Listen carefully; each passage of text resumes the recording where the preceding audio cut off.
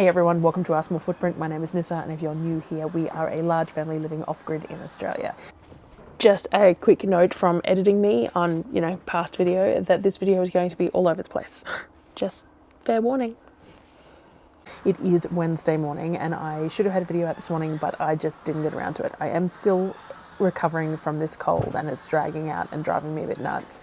It's very windy today, which has really dropped the temperature a lot. So it's like inside weather. And because my kitchen's out on the patio, sometimes I avoid it because it's like it'd be nice to be inside with a book and a kitty cat. But I do have to get stuff done. So when we got the meat order, I pulled out some chicken that had to be chicken to defrost in the fridge so that I could use it over this week. I've used some of the little drumettes already. I don't know if I filmed using them, I can't remember, but I did. I've used some of the drumettes already, so I've still got the end of the pack of those and some packs of wings, so I'm going to do them for lunch today. I find that I really like them. The kids and Darryl get a little bit sick of them if I make them too often, but unfortunately it's going to be the same meal for a few days because I pulled them out to defrost. And because the drumettes are in a 5 kilo bag, and you can't really break them up until they're defrosted, then that becomes an issue. Though I did wonder I might try par cooking some of them and then freezing them and then pulling them out to stick them in the oven to heat up for a different meal, because I think that should work, because you can buy pre-cooked wings and stuff that you're only heating, so it makes sense to me. But I do have a couple of those lamb racks out in the fridge as well that I didn't freeze, so I'll probably do them for dinner tonight, so that'll be a bit of a change up.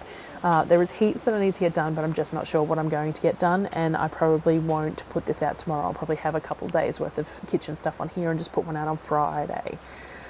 So first up, we're just going to get these wings done though. I've got the oven on and preheating. Because I have the commercial oven in an outdoor kitchen, in winter it's a little bit of a struggle to keep it hot enough sometimes. It really impacts bread baking because I can't get it to really pick up that heat. It's gas based, but it's not particularly well insulated or anything, because it's normally would run in a commercial kitchen, and commercial kitchens are hot atmosphere, whereas it's in a cold kitchen. So I've got it cranked up to the max, but it's probably still not quite as hot as I would like for chicken wings to get them really nice and crispy. So the drumettes are wing drumettes, so little pieces like this, which is pros and cons. Like, I like these. I would have liked drumsticks, and that's what I thought I was buying, but I also was aware that it might not have been.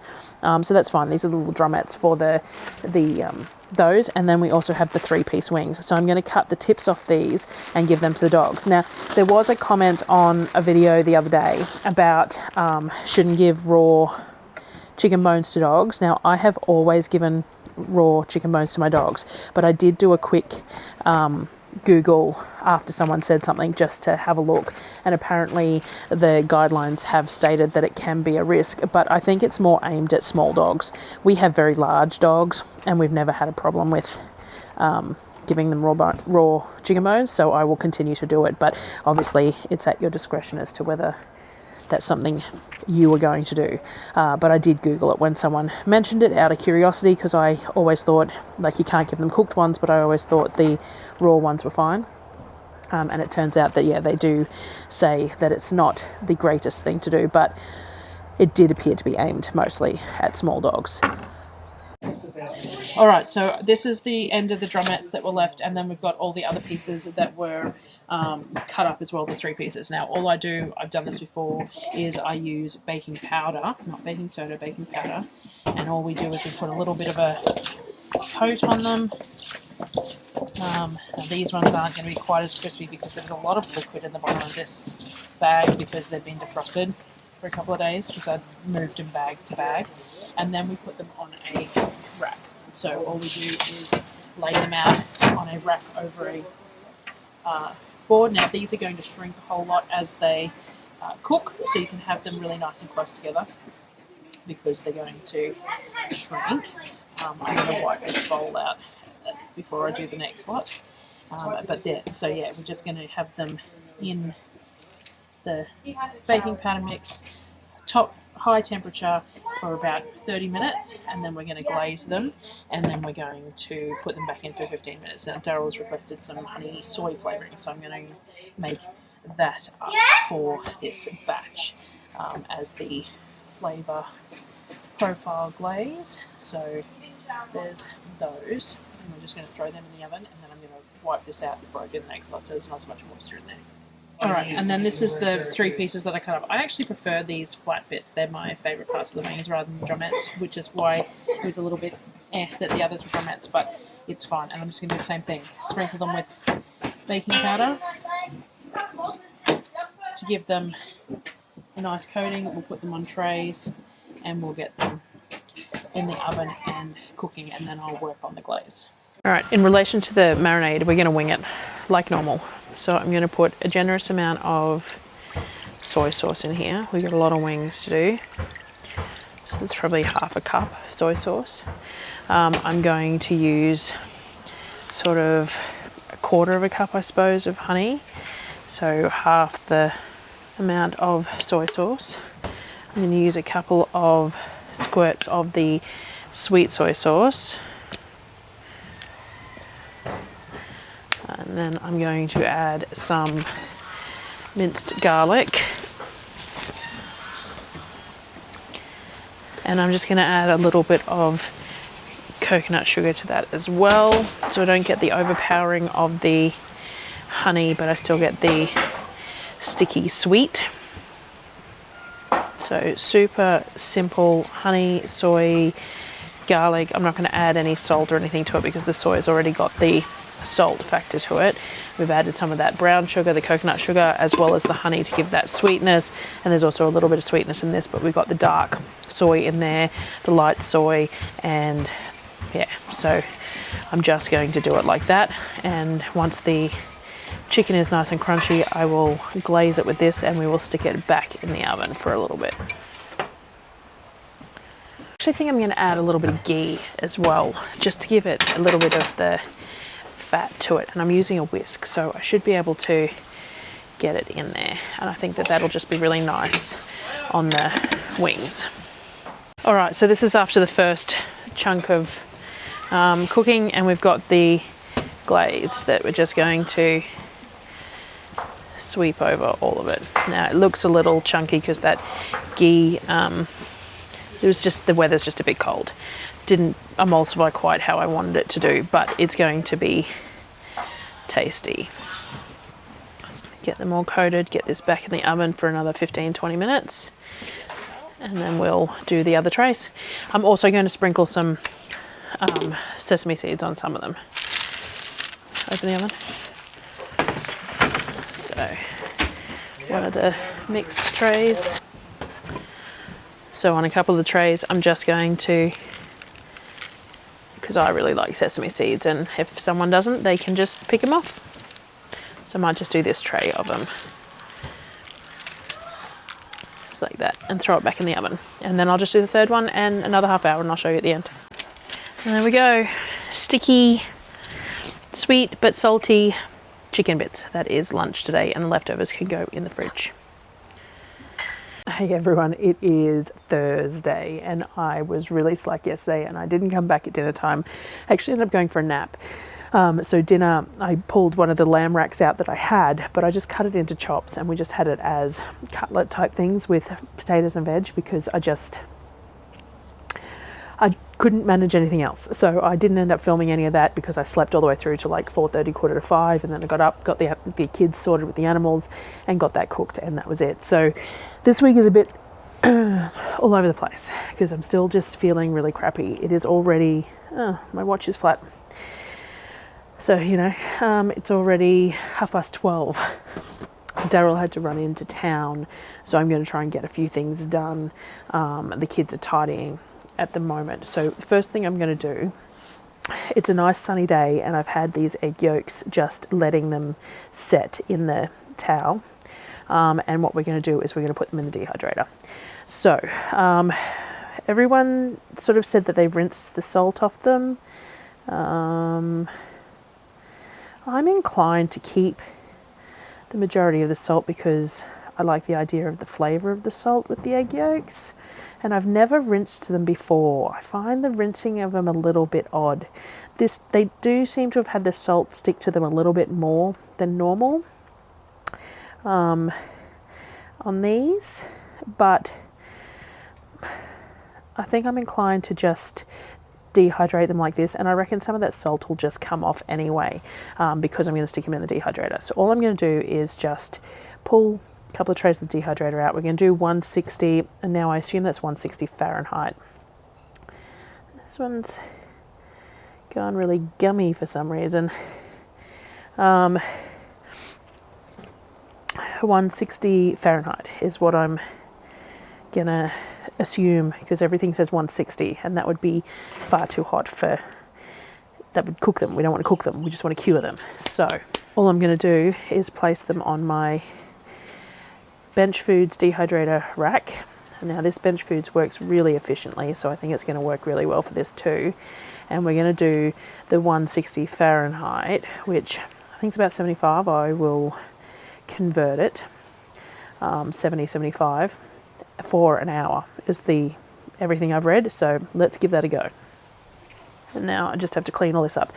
So that's supposed to just finish the, like, they're cured, they're salt cured, so theoretically they're fine, but that just takes them up to temperature to make sure that everything is fine. I don't know, I eat our raw egg yolks in our mayo all the time, so. Hey everyone, it is Friday morning and I still haven't got a video out. So I haven't put a video out since my last Sunday chat. It has been just a crappy week. I've still got a cold. It is cold. I know I complain about it being cold and it's not that cold to a lot of people, but it's about 11 degrees at the moment during the day. It's pleasant out in the sun, but in the shade it's cold. It got down to -4 overnight. So it's chilly, and especially when you got a cold and you're just not feeling great. So I came out to do stuff yesterday, so I put those egg yolks in the dehydrator. I'll go and grab them to show you after they've been dehydrated. And I then was going to pull out a whole bunch of stuff. I was going to do French onion soup mix, and I was going to try and make some more instant porridge mix and stuff. And then I couldn't. The kitchen was grubby, and I didn't want to clean, and the kids needed to do the dishes, and it all just fell apart, and it was a crappy day. So I still didn't get anything done. I'm going to make lunch at the moment, or brunch for us. I'm going to make hollandaise in the Thermomix, so I thought I'd show you that because it's one of those things, simple things that I really appreciate the Thermomix for. And just we can have some eggs and bacon and hollandaise and stuff for breakfast. But what I might do is I might take the camera out into the bush a little bit later when it's in the sun and have a chat about various different things that I was going to start trying to, do. The downfalls and the pros and cons of this whole, large family off-grid, and I wouldn't change it for the world, but there's, I thought it might be worth having a bit of a discussion about it too, especially for newbies. So first of all, we're going to make that hollandaise though. So in the Thermomix, it's super simple, as long as your Thermomix is plugged in, which doesn't appear to be. All right, now I'm using my 6 because the bowl on the 7 is dirty and I'm not cleaning it at the moment. So we're going to use the 6, same general method. Oh, I'm doing well here. So what we're going to do is we're going to search for hollandaise. The one thing about the 7, all of this is a little bit faster, which is kind of nice. The screen's bigger, but it also just loads faster. So obviously whatever the processing power in it is a bit faster because it's connected to the same internet. But it just seems to take a bit longer and be a little less responsive on the 6. It's still perfectly fine, but just not quite as fast. So we're just going to go into the hollandaise in here, and we're going to go start cooking, and we're going to follow the instructions. So we're going to start with 10 grams of water, 10 to 20 grams of lemon juice,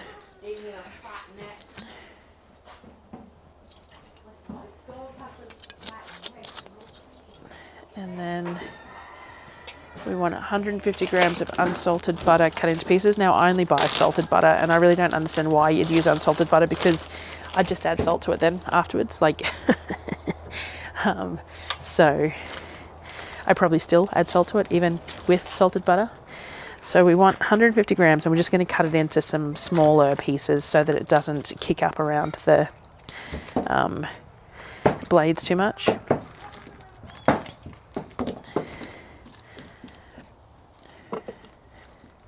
Now this works with Nuddle eggs as well.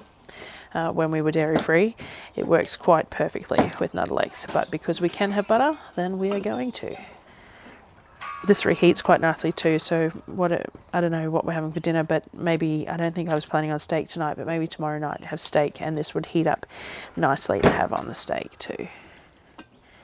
So there we go, 150 grams of butter cut into pieces. Next, we want 4 egg yolks. 1. There was something I made the other day that I used egg whites with. I can't remember what that was.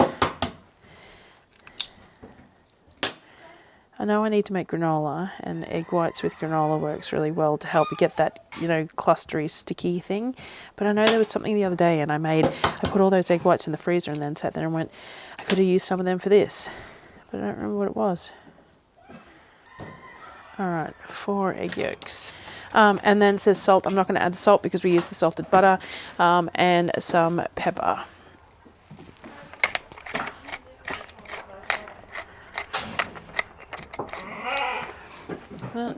Next, and then we want the lid on, and wants the measuring cup into the lid as well, and we're going to start it, and then we're just going to let it do its thing.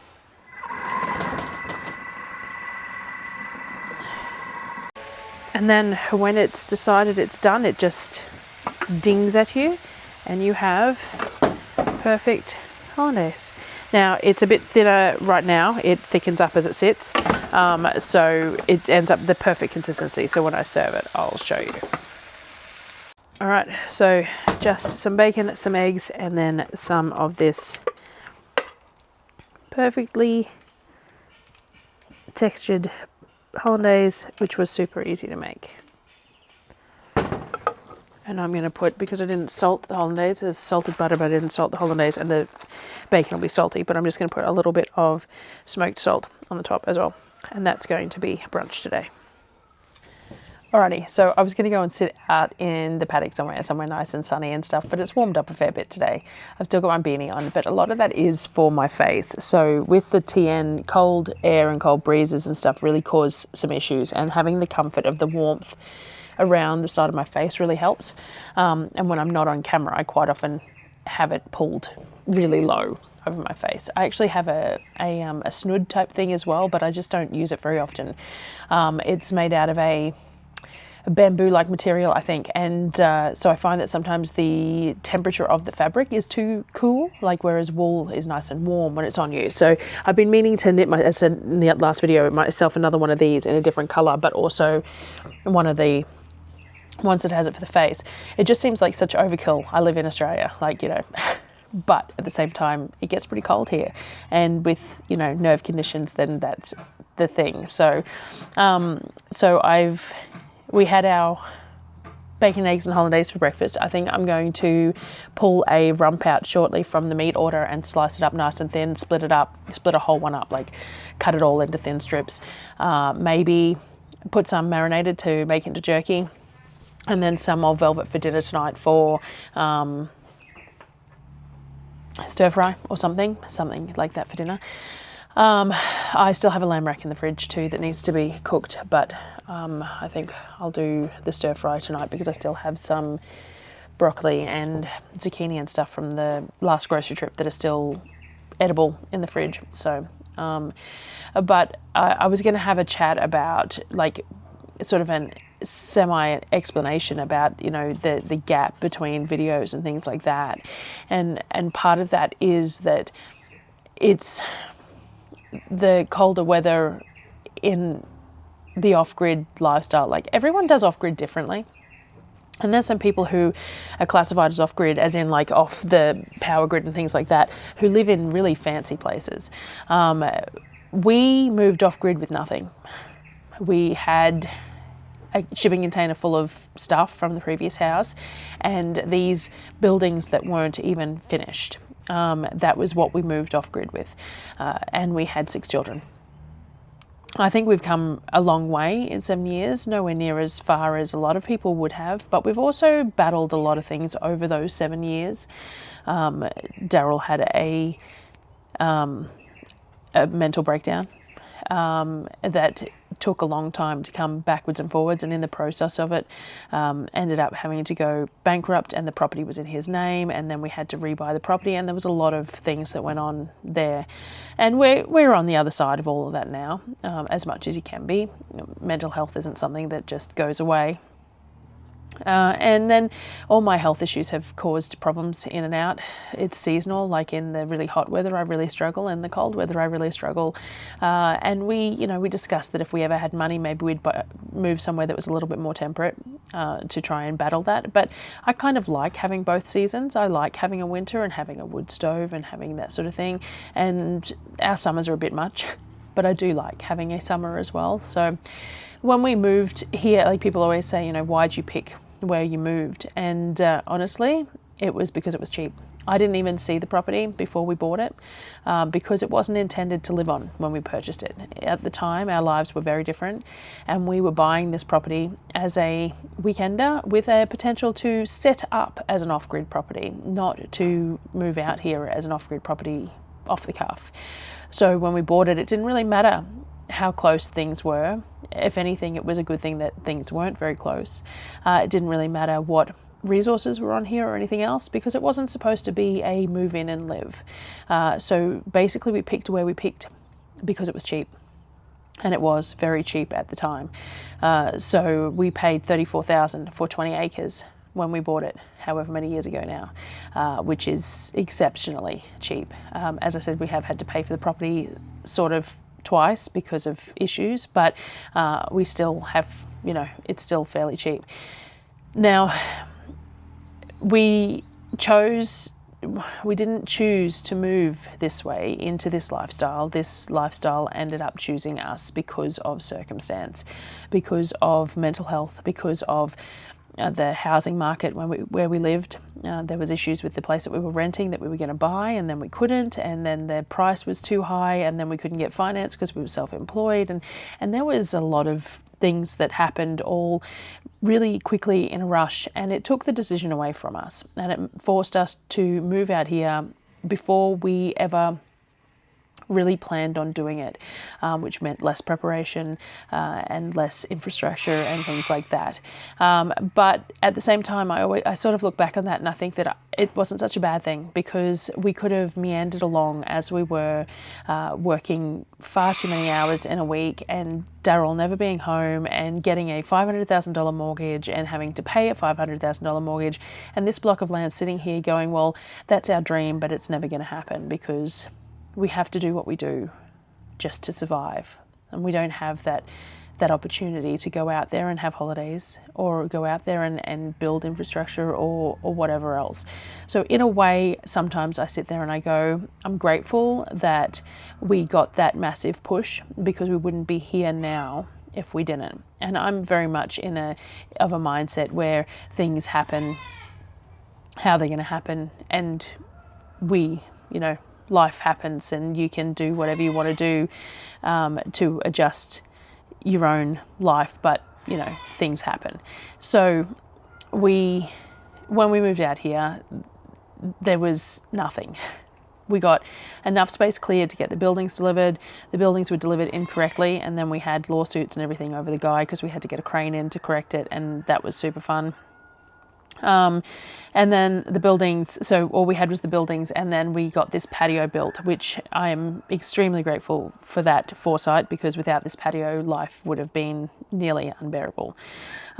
So we got the patio built, the buildings, and then we've just done stuff from there, from then on, except that we've also had to work as much as we could within the scope of what we were capable of doing out here to survive. We do get some money from the government because we're low income, less so now, and we're trying to get rid of it as much as possible.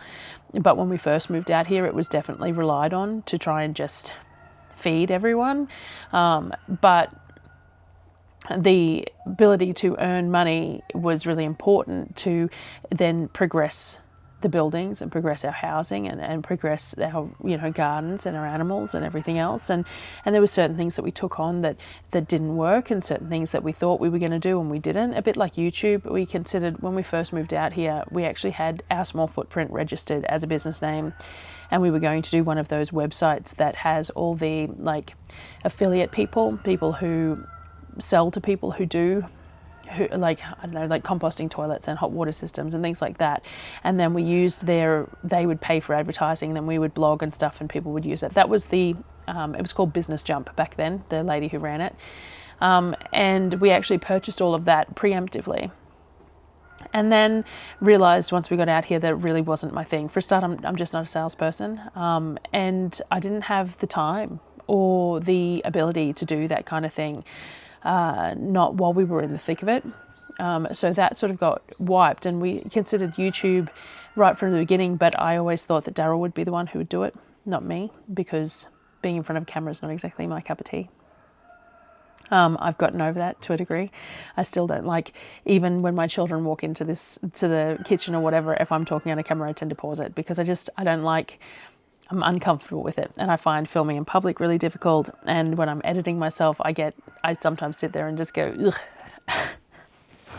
But I have mostly gotten over it, and my audience has definitely helped with that. All the people that I talk to regularly, and the people that I know by name, and the people who reach out to me all the time have helped me to create a community, and that community has helped me to feel more comfortable sharing. And now I'm not a YouTuber in the sense of what I would have thought back then when I was trying to decide how we were going to make an income. Like, I make an income and I'm so very grateful for it, but it's not in the way, like, it's nowhere near as business as I expected. Making YouTube work and making an income from YouTube and creating this community has definitely required a lot more of me giving myself to you guys, and to using my life as part of the content. And that was never the intent originally. It would have really been nice to have been a bit of a faceless YouTuber, or where I only showed the best bits, or only the, you know, like, I see there's a lot of channels that do really well, and I envy them to a degree, where they use their AI thumbnails, and they just, even if they're cooking ones, and they get into the kitchen and they cook one recipe, and it's a 20-minute video, and they release 2 a week, and it's purely just that recipe. And I can't do it. It's not, I don't have the setup for it, for a start. My kitchen is, as I always say, it's clean. No one's getting sick eating out of my kitchen. Whenever I cook, every surface that I use is sanitized and everything else. But it's gross because it's outdoors, and that's just the way it is. You don't eat off my floor, obviously, because the floor is decking timber that is, you know, it's scrubbed, but it's not clean. And other surfaces in the kitchen aren't always ideal. The surfaces that I cook on are, but other surfaces aren't. And to like try and do videos of that didn't have any context to them wouldn't work, because people would just, well, I already get berated for a lot of things, and it would be a hell of a lot worse if there was no context to it. So there had to be context. There had to be lifestyle context. There had to be reasoning behind why I'm in an outdoor kitchen with a roof that looks like it's sagging even though it's not, and shade cloth hanging behind me, and, you know, all that sort of stuff. It's just the way it had to be. And so the content became organically very much focused around my life, and that's sometimes difficult, because there's still things that you don't or can't share in the moment, and keeping that separate is sometimes hard. And you always want to put on a good face, no different than if someone's coming to visit, then you get a smile and you're offer me a cup of coffee and all the rest of it. When I turn the camera on, there's a difference to when I'm standing in the kitchen cooking without a camera running, because there just has to be. There is a performance aspect to it, no matter what. And by including this as my life, then there is much less of a performance aspect to it than if I was doing it as a, you know, those clean lined single topic videos that people do. But it does mean that I also don't earn money if I don't make videos, because I don't have that kind of content that people come back and watch, you know, or find and watch dozens of videos and things like that, because the content that I do make, people get invested in and want to see the newer content.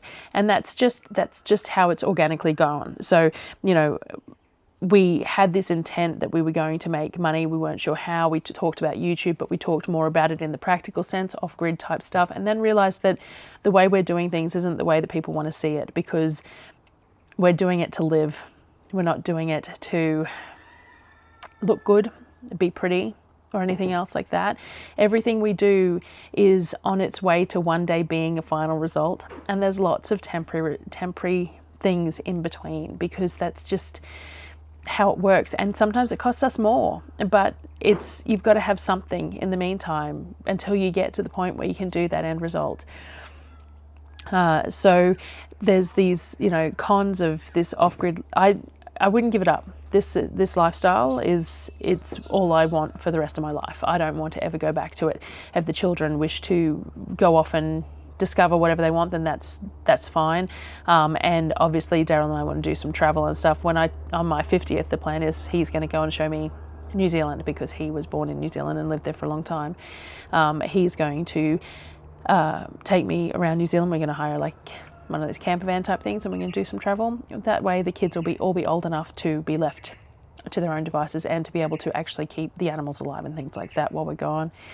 But in general, everything I do now is to get to a point where this is my end result. Even once the kids are gone and I'm not bulk cooking and stuff like that, then I'll have more time to do gardens and preserve for my gardens, and I can still send jars off to children and things like that. But I can grow the gardens for enjoyment as well as food. I can do more flowers, and I can do more perennials and all that sort of stuff, as well as food related stuff, and actually have some success because I have the time to do it. I can do more with my art and everything else, and I can just do more in general for me rather than for the family, because I'm a mum, and so at the moment my time is very stretched between wants and needs of the kids, and my wants and needs always come near the end, because that's just the way it is. And everyone can say, you have to give yourself time, and you have to, make sure that you get your time and all the rest of it. And that's easily said, but not so easily in practice, especially not in a situation like we're in. So, as much as I love living out here and doing what we're doing, and I love the idea that the children are growing up in an atmosphere where they can be children. They have access to the outside world. It's not like they don't, but they also have the ability to grow up at their own pace. We have always said that we wanted our kids to be kids for as long as they wanted to be kids. They don't need to go out and get a job at 14, 15, because I'm happy to support them in the same way that I support them now. Like, obviously, it depends on what they're after. If they're after fancy stuff, then they have to figure out that themselves. But they get more than what they need now.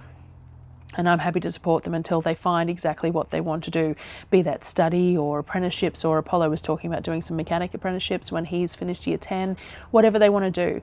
And we've always done schooling in a way that they don't have to finish, like they can drag it out a little bit if they want. They can do some courses, they can, whatever they want. And I'm grateful for that opportunity, to give that opportunity to the children.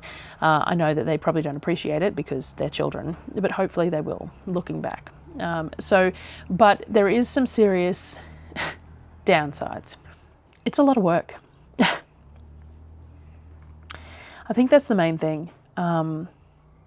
Being a primary parent, which I am as the mum, is hard work in any situation. You add in primary parenting, but also all their schooling, the fact that you have to control heating, cooling, cooking. It doesn't make it sound, it makes it sound like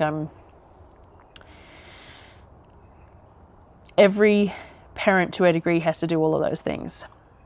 But out here, it's just a little bit more.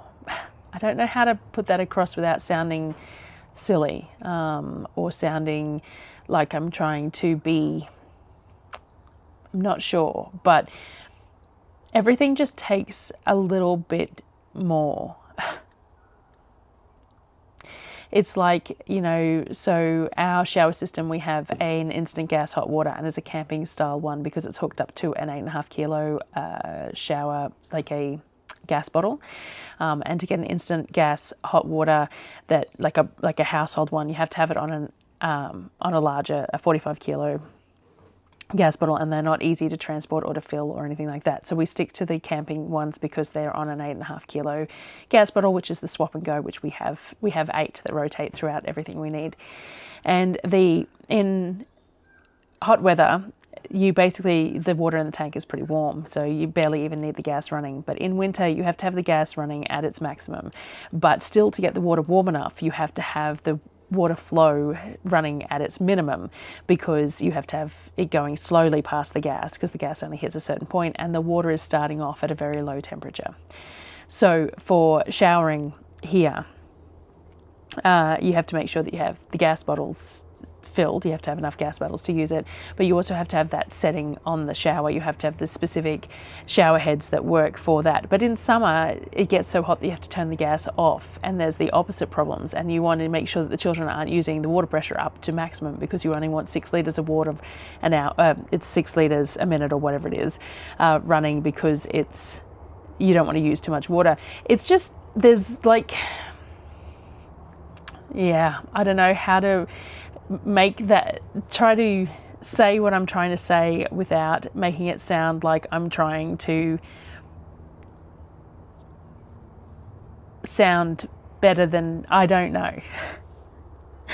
All I know is that having lived with 6 children in Metro versus living with 6 children out here in a very off-grid situation, everything just takes a little bit more. Everything just takes a little bit more thought, a little bit more input, a little bit more planning, a little bit more, just a little bit more. And you have to think about things that you wouldn't otherwise think about. Because if you don't think about those things, then things don't work. And you can't just run out and grab it. Like Darryl has gone to town actually now, which is why I was chatting. He went yesterday, so the plan wasn't to go again today, because it's 35 minutes each way, which is a lot of fuel, a lot of wear and tear on the car that's not running very well and things like that. But we ran out of cream for coffee, and I didn't say anything yesterday. I didn't realise nobody said anything yesterday, and it's the weekend. So Darryl will go to church on Sunday, but until Sunday we have UHT milk. We could use UHT milk if we were desperate, but I really don't like UHT milk in my coffee. And we could drink tea. I had black tea for breakfast, but yeah, like we could do without. We could definitely, if we couldn't swing the trip, but it's, yeah. So I pulled out one of the whole rumps, and I'm going to slice it up. So I'm going to slice it up nice and thin against the grain for stir fry, and I'm going to velvet some of this for dinner tonight. Some of it I'll vacuum seal up and put away though. And then I'm cutting some nice thick chunks with a cap of fat on them that I'm going to dry rub for jerky. Not supposed to use fat on your jerky, but that's only for storage purposes. The fat can go rancid, but our jerky, like a whole dehydrator full of jerky, lasts 2-3 days, maybe a week, if that. And in this weather at the moment too, it's nice and cold, and it can be stored in the fridge, which counteracts the rancidity factor and everything else. We really like the fat still left on it. So this rump has a really big, thick cap of fat. So what I've been doing is cutting stuff really nice and thin with a few bits of fat for the stir fry, but keeping the bigger chunks and slightly thicker, because last time I cut it a bit thin and the jerky went a bit crispy. So I've left it a little bit thicker this time because we like it to have a bit of chew. Because of the cap of fat on it and some of the muscle parts of this rump, I normally would have diced some of this up for like a stew or something like that, but I have the gravy beef to use for that, so I'm not going to do that with this. I'm just going to cut it all really nice and fine. So all I'm doing is I'm cutting it into strips and then cutting it across the grain into smaller pieces to then purpose however for whatever sort of thing. I think I'm doing stir fry tonight, but probably have 2 to 3 servings of stir fry beef, and I might do like a red curry or something tomorrow night with beef, which is always really nice. So having just putting it aside to use 2 days running once it's sliced is fine too, rather than having to freeze it. And the other ones are vacuum sealed. So I think there's 5 rumps all up, and they're all vacuum sealed in the bottom, the coldest part of the fridge. And so they last there for weeks. So only once I open them do I then check them out. And even once they're open, they last a week or two in the fridge, it's beef, so long as you're not slicing it all up if it's whole. Though I do find that you want to take it out of the packaging that it comes in, because if you store it in the fridge in the packaging it comes in, it gets a bit of a smell to it. So what I tend to do is cut it, put it into a fresh bags or whatever while it's being stored in the fridge, and then we pull it out, take pieces off and put it back. I do the same thing with the steak. I take pieces off and then I wrap it back up and stick it back in the fridge, and then we just pull it out every time we want to cut some steak off it. I don't generally cut it all up into steaks except right towards the end. So I'm just going to keep on going with this, and then I'll come back and finish the end of the chat that I was doing that I got interrupted from, and we'll see where we go from there. Alright, so I've ended up with 3 bags. So we've got 2 bags here that are 1.5 kilos of stir-fry steak. So we'll have dinner tonight, dinner tomorrow probably out of that. And leftovers for lunches. And then about 2.5 kilos of the big chunky pieces with the big chunks of fat on them for jerky. I'm going to velvet one of the bags for dinner tonight. The other bag will just get all the air pulled out and sealed up for tomorrow, because you don't want to leave a velveting mixture on it for that long. So all I need is some bicarb, which is not in that one. I have a bulk bag that I don't think's been tipped into anything yet. So I've got some bicarb here that needs to be tipped into a container. For 1.5 kilos, we're going to go around about 2 tablespoons full. So I've just got a soup spoon here. I'm just going to do 3 of these soup spoons because I can't find tablespoons. The kids are doing dishes at the moment and we're a bit low on dishes. But I also like to add a little bit of soy sauce.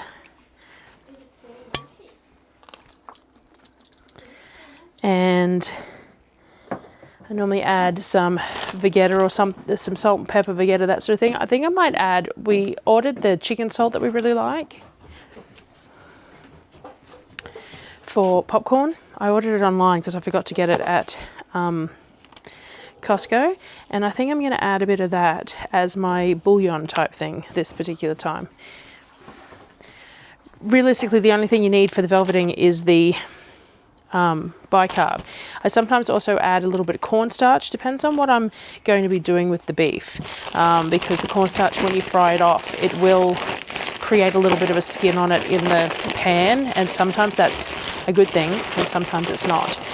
Sometimes we add a little bit of water to this as well, depending on how well everything absorbs. So sometimes I'll add a bit of cornstarch, a bit of water, get all the meat hydrated, the cornstarch sort of turned into a slurry, and then add all the other bits and pieces.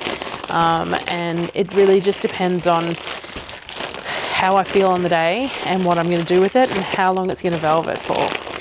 Some people will rinse this off too, which is why they wouldn't use any of the other seasonings, because they'd rinse the bicarb off before cooking it, but we don't find that at all necessary. So that's just going to go like that in the fridge for an hour until I make dinner, and that one will be dinner. This one will go in for tomorrow or whatever, and I will just add my pork dry rub and a bit of Worcestershire to this to marinate for jerky for in the dehydrator tomorrow. All right, it's getting late. It is, my watch has gone dead again. I'm sure last time I was filming I had to say that. It's 4:10. I'm about to start dinner. So I've got that beef stir fry that I'm just gonna shred up some, like a big head of cabbage, really nice and fine, and some carrot maybe, and just have beef, cabbage, you know, standard soy based stir fry sauce. And then there was a request for rice, so I'll do some rice up.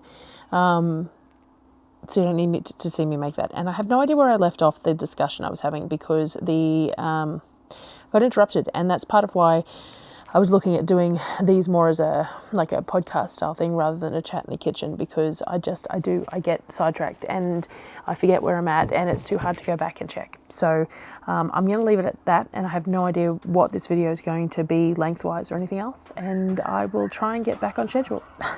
Sun's in my face at this particular time of the day. So anyway, I will see you guys on the next one. Thanks for watching.